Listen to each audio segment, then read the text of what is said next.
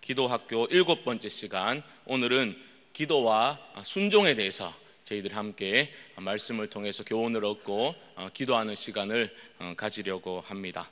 유인물을 받으신 유인물을 보시면 첫 번째, 기도를 통해서 순종의 능력을 얻을 수 있다라고 했습니다. 잠깐 우리 복습하자면 지난 시간에 혹시 어떤 내용을 공부했는지 기억하지 못하시죠? 제가 말씀드리겠습니다. 지난 시간에는 기도와 인격 변화에 대해서 저희들이 말씀을 나누었습니다. 인격이라는 것은 우리의 어떤 본성이라기보다는 캐릭터라고 말씀을 드렸습니다. 성품이라고 말씀을 드렸고, 기도를 통해서 우리의 성품이 결과적으로는 궁극적으로는 그리스도의 성품에 참여하는 자로 자라가는 것이 우리 삶의 목표가 되어야 된다라는 것을 말씀을 드렸습니다. 우리의 성품은 분명히 변화될 수가 있습니다. 우리 성품은 그리스도를 닮은 것으로 우리는 변화될 것을 꿈꾸고, 꿈꾸는 데 그치면 그것은 꿈으로 끝나지만 우리가 주님의 도우심을 구하면서 나아갈 때에 반드시 하나님은 우리들을 그리스도의 성품에, 하나님의 성품에 참여하는 자로 빚어 가실 수가 있다는 것입니다. 그와 연결해서 오늘은 기도와 순종에 대해서 말씀을 나누게 되는데, 순종이 뭡니까, 여러분? 순종은 순종이죠, 그죠?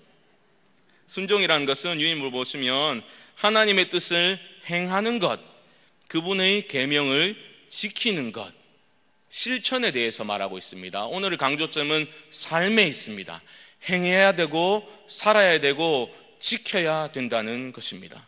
자녀들 키워보시면 언제 우리 속에서 천불이 납니까? 뭐 하라고 했을 때 대답은 잘해요. 금방 네 그래 놓고 안 해요. 그러면 어떻게 됩니까? 대답할 때는 순간적으로 이뻐할 수 있지만 대답해 놓고 행하지 않으면 더 괘씸한 거죠. 그런 겁니다. 순종이라는 것은 대답자라는 거 물론 포함될 수 있지만 대답에 그치는 게 아니라 우리가 하나님의 뜻을 행해야 한다는 겁니다. 착각하시면 안 됩니다. 우리가 의로운 생각을 품고 살아간다는 건 너무 중요하지만 의로운 생각을 가지고 있다고 여러분이 의로운 사람이 되는 건 아니라는 겁니다. 뜻을 품고 있다고 여러분이 자동적으로 의로운 사람이 되는 게 아니고 의로운 삶이 되는 것은 아니라는 겁니다. 행해야 된다는 거죠. 하나님의 뜻을 행하고 더 구체적으로는 그분의 계명을 지키는 것이다 라고 했습니다. 거기서 예로 들고 있는 본문이 사무엘상 15장 22절 말씀인데, 사무엘이 사울에게 책망으로 한 말입니다. 뭐죠? 순종이 제사보다 낫고 듣는 것이 순양의 기름보다 낫다라는 말씀을 했습니다. 왜 그랬습니까? 아말렉을 쳐서 진멸하고 남김없이 다 진멸하라라고 했는데 사울이 어떻게 했습니까? 왕도 살려주고 아주 좋은 우양을 남겨두었지요. 그래가지고 지금 이런 짐승 소리가 들리는 게 왜입니까? 라고 말했을 때 뭐라고 핑계를 댔습니까? 내가 나중에 쓰려고가 아니라 하나님께 제사로 드리려고. 그렇죠? 이 부분을 여러분들이 주목해서 보셔야 됩니다. 제사로 드리려고 자기 합리화, 정당화하는 모습을 보이고 있다는 거죠. 누구를 위해서요? 하나님의 영광을 위해서. 하나님께 드리려고 남겨둔 거다. 핑계를 두고 있다는 겁니다. 여러분, 우리는 자기를 정당화하려는 노력을 해서는 안 됩니다. 하나님을 우리가 어떤 하는 것들로 인해서 하나님이 주신 명령을 지키는 것이 가장 우선순위에 두어야 되지, 우리 생각으로 이렇게 하는 게 하나님의 명령 지키는 것보다, 순종하는 것보다 이런 것이 더 합리적이고 하나님이 오히려 더 기뻐하시지 않을까? 절대로 그런 일은 없습니다. 하나님이 명하신 것을 순종하는 것, 그것이 전부입니다. 다른 것은 개입될 여지가 없는 겁니다. 그렇기 때문에 하나님은 우리들로 하여금 생명을 살리는 일에, 의로운 일에 너희 삶을 드리라라고 했을 때 우리 삶의 영역에서도 이러한 모습들이 분명히 드러나야 한다는 겁니다. 어떤 비리나 부정을 저질러서 만약에 어떻게 물질을 많이 모았다고 생각해 보십시다. 어떻게 하면 됩니까? 헌금을 많이 막 드리는 거죠. 그렇게 함으로써 어떤 자기 마음의 도덕적인 위안을 가지게 되고 나는 하나님께 많은 걸 드렸다. 나는 이런 물질을 통해 가지고 하나님께 영광을 드러냈다. 하나님이 기뻐하시겠습니까? 아닙니다. 하나님의 뜻에 따라 먼저 순종하는 것이, 그것이 어떻게 보면 전부입니다.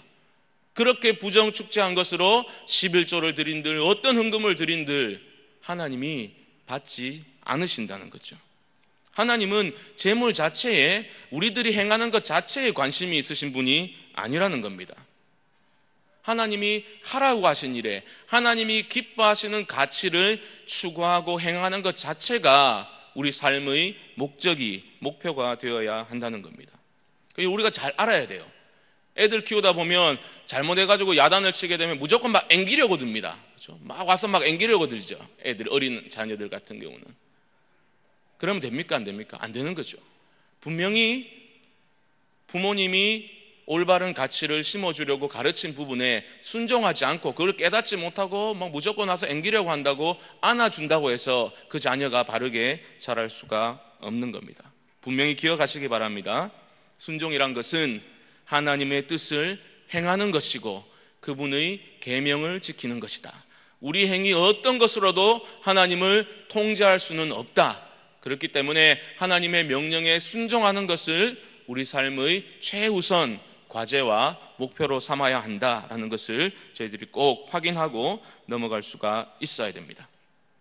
두 번째 보시면, 순종은 하나님을 향한 우리의 무엇의 정도를 말해주는 척도라고요? 사랑의 정도를 말해주는 척도다라고 하면서 오늘 말씀처럼 나의 계명을 가지고 지키는 자라야, 곧 순종하는 자라야 나를 사랑하는 자니라고 주님은 말씀하고 계시는 겁니다.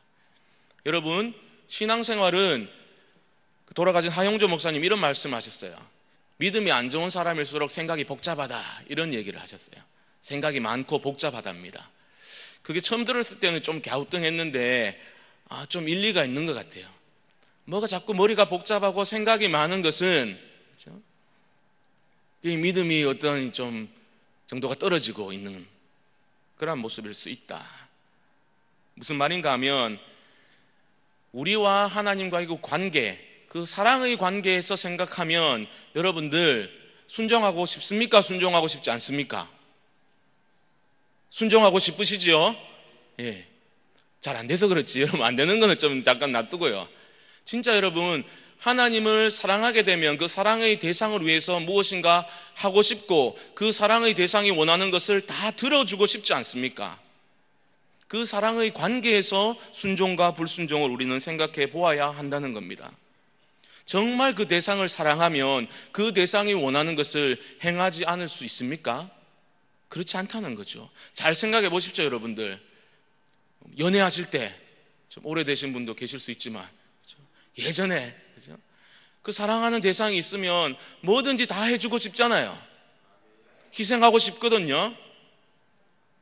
다 들어두고 싶다고요. 그러한 사랑의 관계에 있으면 무엇인가 정말 우리가 사랑한다 그러면 어떻게 해야 됩니까? 그 대상이 원하는 것을 따르고 싶은, 행해주고 싶은 마음이 일어난다는 것입니다. 그렇기 때문에 순종이라는 것은 여러분 너무 복잡하게 생각할 필요가 없습니다. 우리에게 이거 하나 물어보면 돼요. 정말 내가 전심으로 내 삶의 전 영역에서 하나님께 순종하고 싶은 마음이 있는가?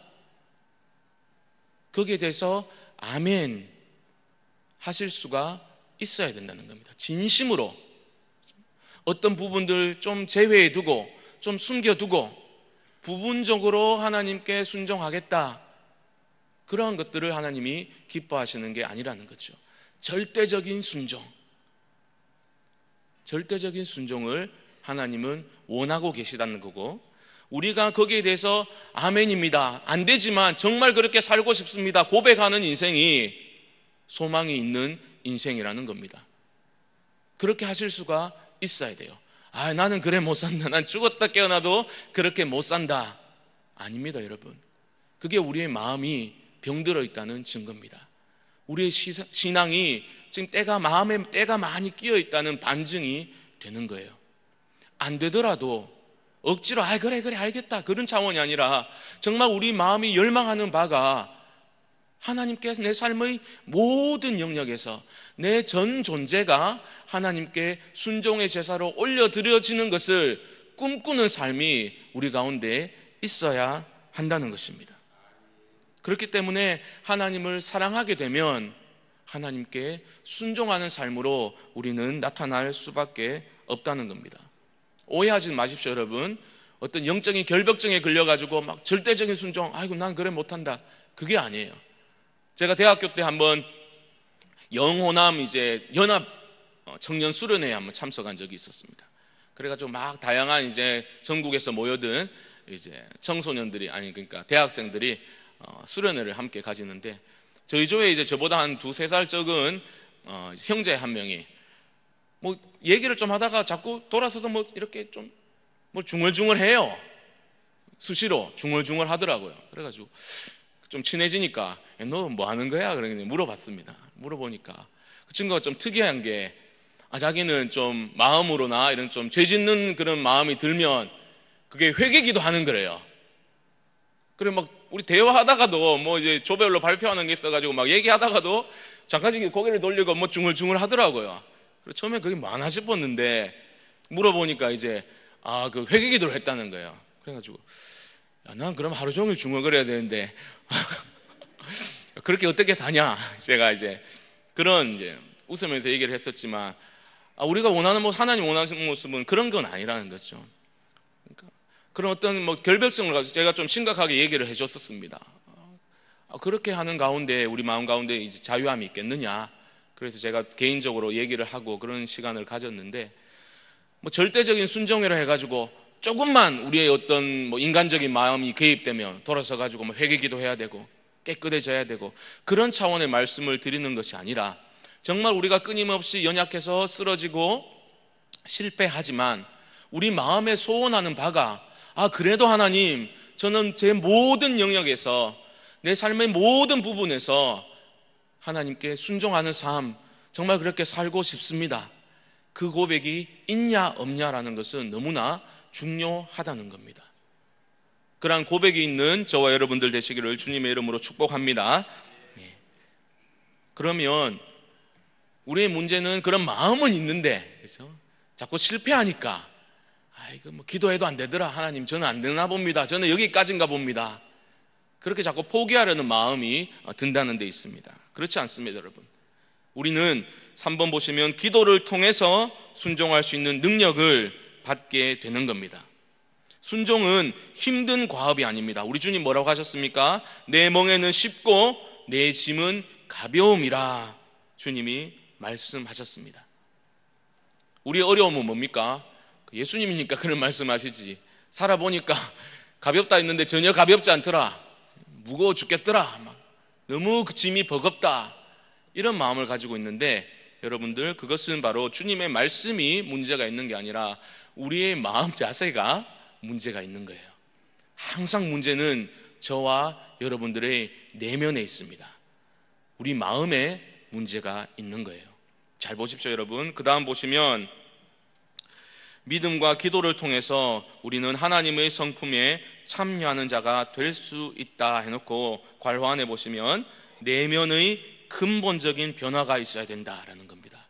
이 점을 여러분 잘 보셔야 되는데요, 우리가 어떤 하라의 어떤 행위들, 조항들, 하지 말라 그 조항들, 하지 말라 하는 거 잘 하지 않고 하라는 것들 잘하면 내가 온전한 순종을 한다, 그렇게 접근하면 우리는 이미 실패한 겁니다. 그게 우선이 아닙니다. 어떤 조항들을 지키고 지키지 않는 것에서 우리의 성패가 서고 넘어짐이 결정되는 게 아니라는 겁니다. 가장 중요한 것은 우리 내면의 근본적인 변화가 일어나야 됩니다. 제가 말씀드린 것처럼 우리의 마음에 있는 그 우리 전 존재로 하나님께 순종하는 삶을 살고 싶은 열망이 우리 가운데 일어나야 되고, 그것을 위해서는 하나님에 대한 온전한 신뢰가 우리 마음 가운데 회복되어야 된다는 겁니다. 이런 거죠. 어떤 유력한 사람이 있다고 생각해 보십시오. 그 사람 옆에만 붙어 있으면 제 인생이 잘 풀릴 것 같아요. 그럼 어떻게 합니까? 전적으로 의지합니다. 그렇지 않습니까? 저 사람이 나를 또 좋아해 주기까지 해요. 총애를 해준단 말입니다. 옆에만 붙어 있으면 지금 내 사업이 이렇게 좀 지지부진하지만 이 유력한 사람 옆에 붙어 있으면 나를 좋아해 주기까지 하니 붙어만 있으면 핀다. 내 인생이 편다. 우리 내면의 근본적인 변화라는 것은 우리 신앙의 대상인 하나님에 대한 전적인 신뢰가 있어야 된다는 거죠. 무슨 말인가 하면 정말 하나님께서 전능하신 하나님이심을 믿고 그 전능하신 하나님이 내가 나를 사랑하는 것보다 더 사랑하고 최상의 것을 주시기를 원하시는 분이라는 데에 대한 우리의 신뢰, 믿음이 있다면 우리는 그분께 순종하고 싶은 마음이 생길 수밖에 없다는 겁니다. 이게 어려운 게 아닙니다, 여러분. 복잡한 게 아니에요. 문제는 항상 우리 마음에 있다 말씀드렸습니다. 쉽게 말씀드리면 제가 신앙이 많이 떨어져 있을 때 인생이 복잡해 보였습니다. 복잡해 보였어요. 그런데 기도를 하면 할수록 부족하지만 지금도 여전히 너무나 부족하지만 그래도 하나님을 사랑하고 싶은 마음이 내 마음속에 충만하게 되고 그리할 때에 이거 하나는 확실합니다. 정말 하나님께 순종하고 싶고 순종하면 하나님이 나에게 최상의 것을 주신다는 그 믿음, 그게 우리에게 회복될 수 있어야 한다는 겁니다. 하나님이 원하시는 것이 전적인 순종이라면 내가 어떤 비용을 치르고서라도 해야 되겠다는, 내 힘으로 할 수 없으니까 하나님 좀 도와주셔가지고 전적으로 순종할 수 있는 삶 살 수 있도록 하나님 좀 도와주십시오. 기도하게 되고 자꾸 간구하게 되는 그러한 삶의 모습이 나타나게 되더라는 거죠. 그런 모습이 있게 되면 우리 삶에서도 열매로, 순종의 열매로 조금씩 나타나기 시작한다는 것입니다. 여러분, 순종은 불가능한 목표가 아닙니다. 도저히 도달할 수도 없는 높은 곳에다가 딱 목표물을 정해놓고 우리들을 하여금 끊임없이 정죄감과 박탈감을 느끼면서 인생을 정말 정죄하면서 살아가도록 하나님이 원하시는 게 아니라는 겁니다. 기도하고 믿음으로 하나님을 신뢰함으로 나아가기만 하면 하나님께서는 우리를 도우시고 순종의 삶을 살 수 있도록 우리를 이끌어 가신다는 것을 여러분들이 꼭 믿으실 수 있기를 주님의 이름으로 축복합니다. 내면의 근본적인 변화라는 것은 사람에 따라서 어떤 정도가 다릅니다. 어떤 사람은 굉장한 거부감을 느낄 수 있어요. 이렇게 생각하시면 됩니다. 여러분, 컴퓨터를 보시면 컴퓨터를 돌리려면 OS라는 게 있습니다. Operating System, 그래가지고 운영 체계라는 게 있어요. 쉽게 말하면 컴퓨터를 돌아가게 하는 프로그램이다, 시스템이다 라고 생각하시면 됩니다. 예전에 다른 그 OS를 쓰다가 OS를 바꾸게 됐단 말입니다. 그러면 처음에는 익숙하지 않아가지고 잘 돌아가지 않아요. 그 전에 쓰던 프로그램들이. 운영 체제가 바뀌게 되면 잘 돌아가지 않고 삐걱삐걱 됩니다. 우리 내면의 근본적인 변화도 그런 겁니다. 처음에는 전적으로 하나님께 순종하는 삶을 살고 싶다 하면 에게 그런 게 교회에서는 가능하지, 예배 드릴 때는 그런 마음이 좀 일어나지, 저거는 진짜 교회 안에만 갇혀있는 목사들이 하는 말이지 밖에 사회생활 한번 해봐라 그런 말이 나오나, 거부감, 그런 것들이 일어난다는 거죠. 그런 일은 너무나 어려운 일이고 불가능한 일인데 그런 일은 일어나지 않는다. 그런 거부감, 자꾸 부딪히는 거죠. 삐걱대는 거죠. 하지만 거기에 적응되고 우리 마음이 동의되고 하나님을 신뢰하는 마음이 커지면 커질수록 이제 제대로 돌아가기 시작하는 겁니다. 그렇기 때문에 여러분들이 처음에 부딪히고 삐걱댈 때에 이것을 잘 극복하고 하나님의 도우심으로 넘기만 하면 여러분의 삶 가운데 전혀 다른 놀라운 일들이, 하나님의 가치를 쫓아 살아가는 일들이 일어날 수가 있게 된다는 겁니다. 두 번째로, 순종의 사람은 은혜의 보좌 앞에서 담대히 구할 수 있다라고 했습니다. 첫 번째, 순종하는 자녀가 기도할 때 하나님께서는 언제나 귀 기울이신다라고 했습니다. 하나님은 순종 안 해도 은혜의 하나님, 긍휼의 하나님이니까 우리를 긍휼히 여겨주시고 우리를 안아주십니다. 물론 맞습니다. 하지만 하나님은 우리가 하나님께 순종하며 나아갈 때에 우리의 기도에 귀를 기울여 주시고 응답해 주시는 분이십니다. 그것이 바로 성경이 말하고 있는 바입니다. 이것은 우리가 순종할 때만 하나님께 간구해야 된다, 그런 공식을 도출해내자는 뜻은 아닙니다. 우리는 그리스도로 말미암아서 하나님께 간구할 수 있게 된 겁니다. 그리스도의 구속으로 말미암아 우리는 하나님께 나아갈 수가 있게 되었고 은혜의 보좌 앞에 담대히 나아갈 수가 있게 된 겁니다. 하지만 이것을 우리의 인생의 어떤 불순종을 합리화하기 위한 변명으로 사용해서는 더더구나 안 되겠죠. 끊임없이, 그렇죠? 물론 우리는 실패하지만, 그래서 우리는 그리스도의 그 보혈을 의지해서 은혜의 보좌 앞에 담대히 나아갈 수 있게 되었지만, 그것을 우리의 변명 구절로 사용해서는 안 된다는 겁니다. 이 차이를 아셔야 돼요.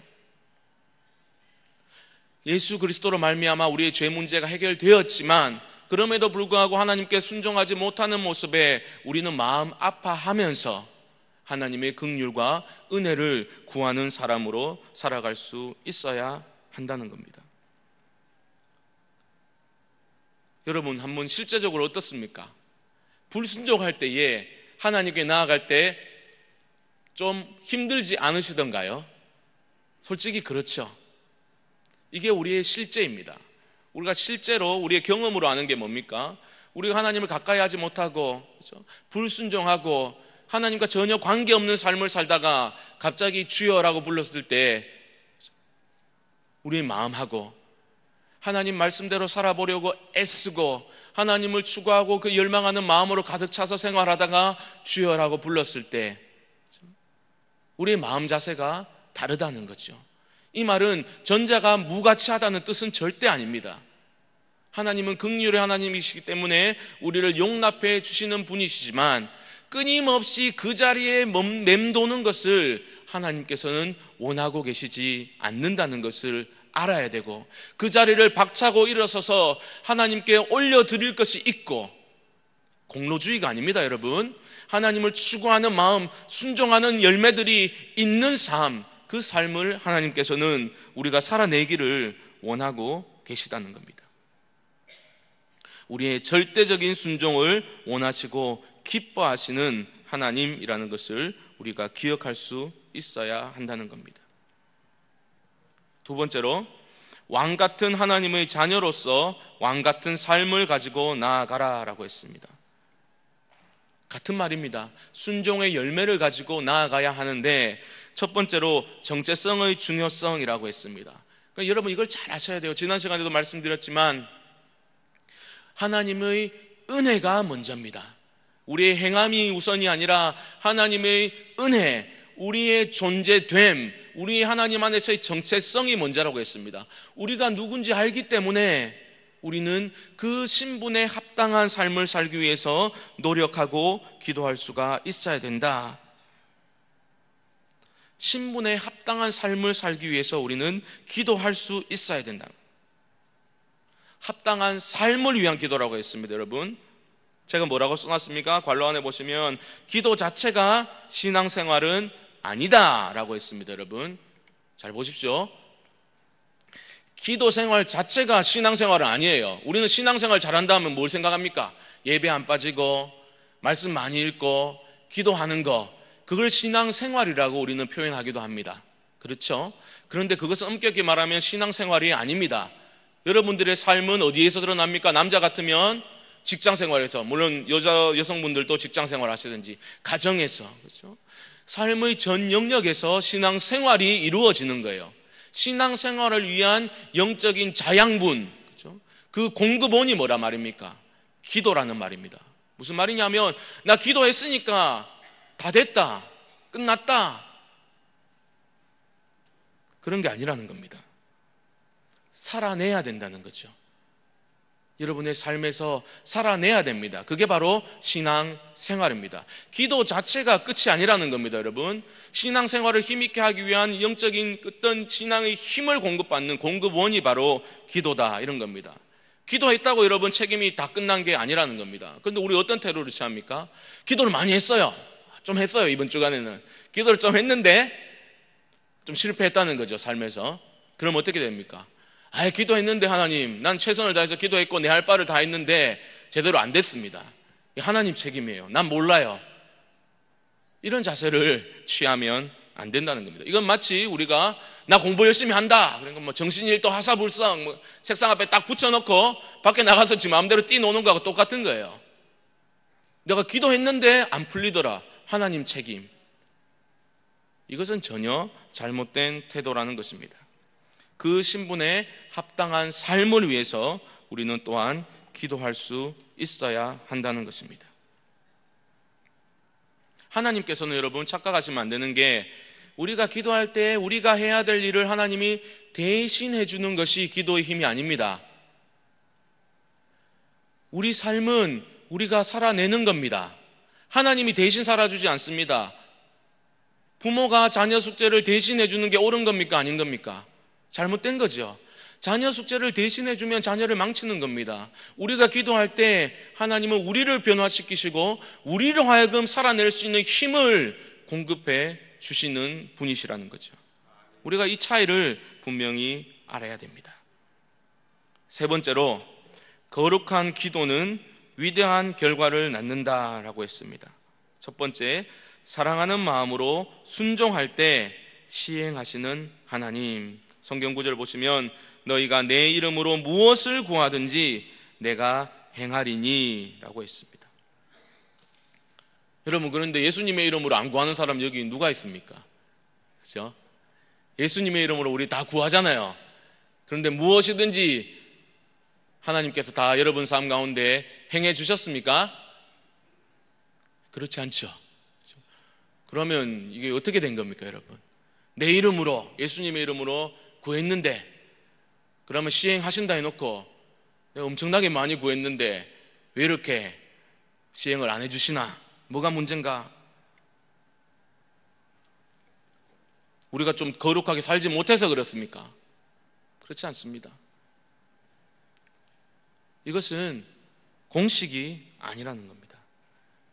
여러분, 무엇이든지 행한다, 능치 못할 것이 없다, 이 말은 내가 원하는 것, 내가 간구한 모든 청원 기도의 제목들 예수 이름으로 구했기 때문에 남김없이 모든 것을 이루어 줘야 된다, 공식을 말하고 있는 게 아니라는 겁니다.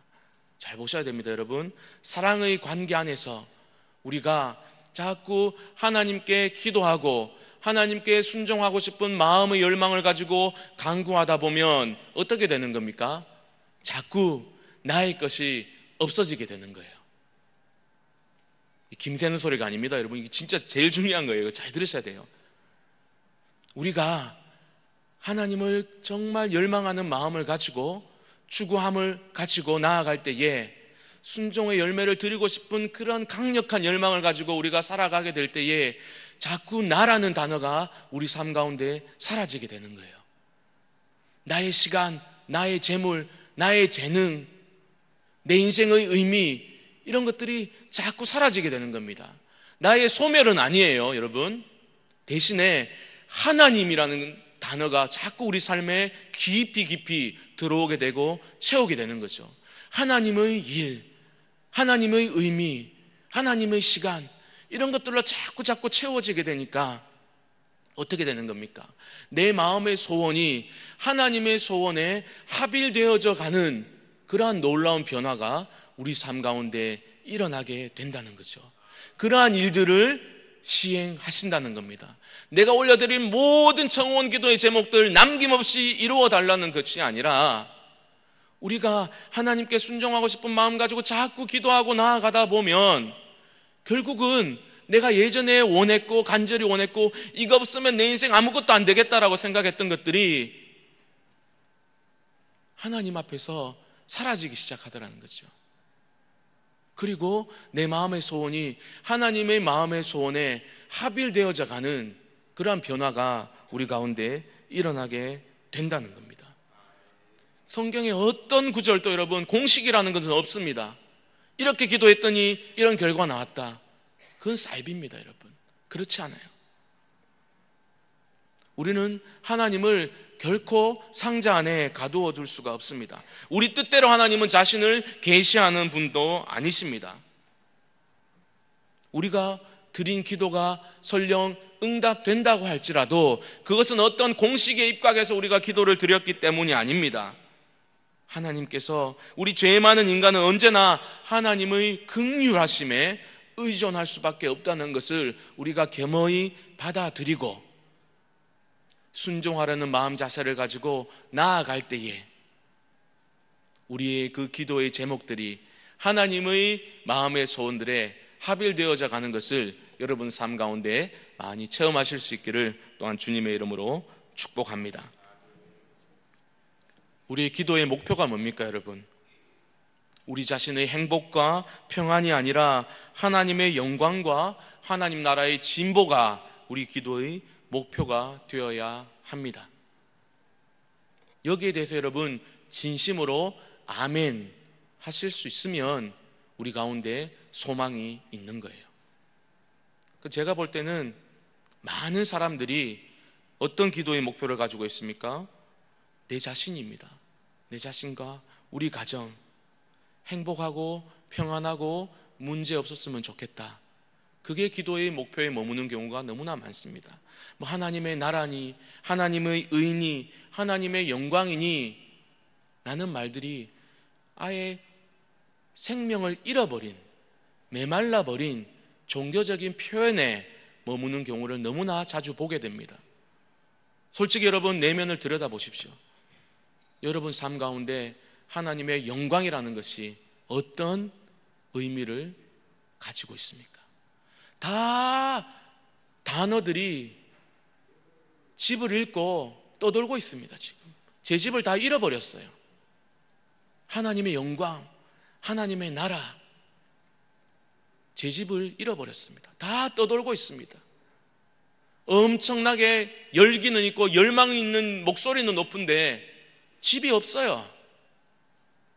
솔직히 돌아보십시오, 여러분. 하나님의 영광이라는 것이, 하나님의 의미라는 것이, 하나님이 원하시는 그 생명이라는 것이 우리 삶 가운데 나와 어떤 직접적인 연관 관계가 있냐는 겁니다. 우리의 기도가 내 삶의 어떤 평안함, 행복함, 그러한 것들을 위한 청원 기도에만 머물고 있다면 하나님께서는 그 자리를 좀 박차고 나와서 먼저 그의 나라와 그의 의를 구하라. 그리하면 이 모든 것이 너의 삶 가운데 더해지게 될 것이다. 이 말씀이 네 삶 가운데 어떻게 응답되어지는지를 믿음의 도약을 통해서 좀 체험해라. 우리에게 그렇게 도전하고 계시다는 겁니다. 그 다음에 거룩한 기도에 반대되는 제일 해로운 기도는 뭡니까? 그릇된 체험에 습관화되는 것, 그것을 절대화하는 것이 가장 해로운 기도입니다. 이 말씀을 좀 드리고 싶었습니다. 우리의 기도에 대한 오해 때문에 그렇습니다. 여러분, 하나님은 결코 통제받는 분이 아니십니다. 제일 해로운 기도는 그릇된 체험에, 이런 말하는 분들이 제일 무서운 분들이에요. 내가 아는 하나님 그런 분 아니야. 제일 무서운 분들입니다. 위험한 분들입니다. 자기 체험을 절대화하는 것, 그만큼 무서운 게 없습니다. 여러분. 공동체를 해치는 겁니다. 인간의 어떤 영역에도 절대라는 수식어를 붙일 수가 없습니다. 하나님의 뜻을 돌이키게 하는 어떤 인간적인 기술이나 방법은 존재하지 않습니다. 체험할 수는 있죠. 공식화할 수는 없습니다.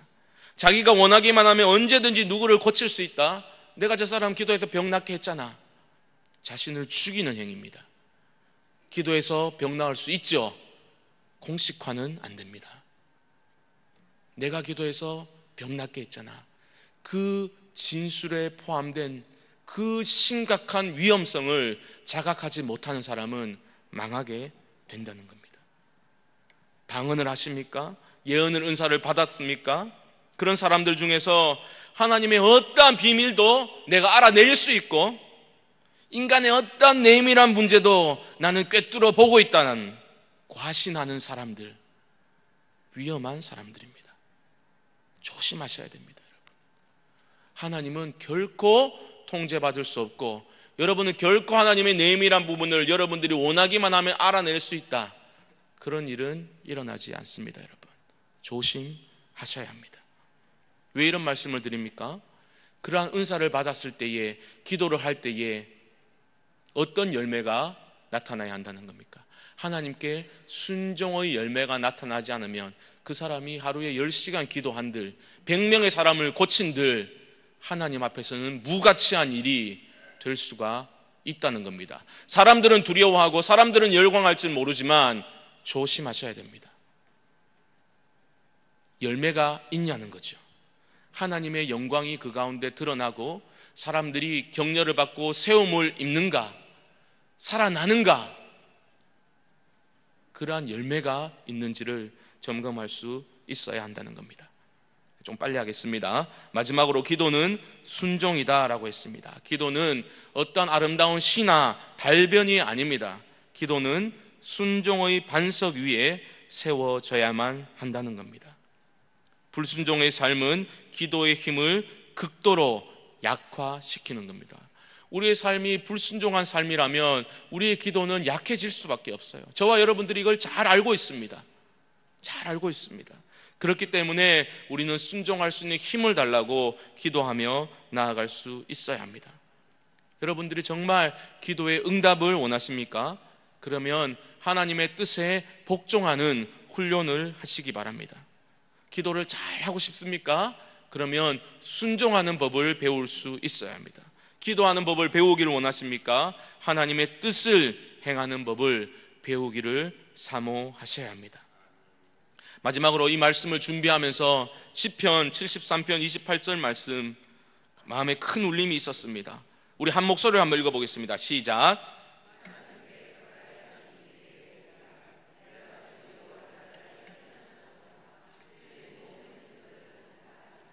아멘.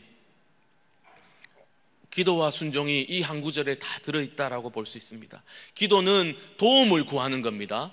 도움을 구하는 건데 하나님께 가까이함이 내게 복이라, 이것부터 보십시오. 여러분, 이게 정말 여러분들의 삶의 고백이 되시기를 주님의 이름으로 축복합니다. 하나님을 가까이 하는 게 정말 복이에요. 여러분, 이거를 마음으로 동의하셔야 된다니까요. 하나님 가까이 하면 인생 재미없어지는 게 아닙니다. 여러분, 하나님 가까이 하면 이게 진짜 복이에요. 이게 있어야 된다는 거죠. 내가 주 여호와를 나의 피난처로 삼아 도움을 구한다는 거죠. 우리의 의지할 분은 여호와 하나님 한 분밖에 없다는 것을 고백하고 우리의 피난처로 삼아 주의 모든 행적을 전파하리다. 내가 행한 일들을 전파하는 게 아니라 내 삶 가운데 행하신 주님의 행적을 전파하리이다. 이 구절이 너무나 마음에 큰 울림으로 다가왔습니다. 하나님 정말 가까이 하고 싶습니다. 이 마음이 일어났고, 정말 하나님 전능하신 하나님이시고 저를 누구보다도 사랑하시는 분이시니 그 하나님께 순종하기만 하면, 순종 이만큼 하면, 그렇죠? 하나님이 이만큼 채워주시는 건데 그 배로 채워주시는 분이시니 순종할 수 있도록 하나님 좀 도와주십시오. 이러한 기도가 나올 수밖에 없었다는 겁니다. 우리가 즐겨 불렀던 복음성가 중에 시선이라는 찬양이 있지 않습니까? 내게로부터 눈을 들어 주님을 보기 시작할 때, 주님을 보기 시작할 때 내 삶은 주의 역사가 되고 하나님이 일하기 시작하네. 내 삶은 주의 역사가 되고라. 이 역사가 무슨 말인지 모르겠어요. 저는 중의적으로 두 가지 표현 다 이제 한번 생각해 봤는데 찾아봐도 이제 안 나오더라고요. 역사라는 것은 히스토리 아닙니까? 그죠? 역사, 히스토리. 그러니까 시선을 주님께 두고 주님의 전능하신 주님을 바라보고 순종하고자 할 때 내 삶은 주님의 히스토리가 될 수 있다. 그죠? 나와 주님이 합일되는 그런 히스토리가 될 수도 있겠구나. 뭐 같은 맥락이겠지만 두 번째로 역사하는 힘이 큰 은이라 할 때 그 works, 그렇죠? 하나님이 대신 일해 주시는 것, 그런 역사도 되지 않겠습니까?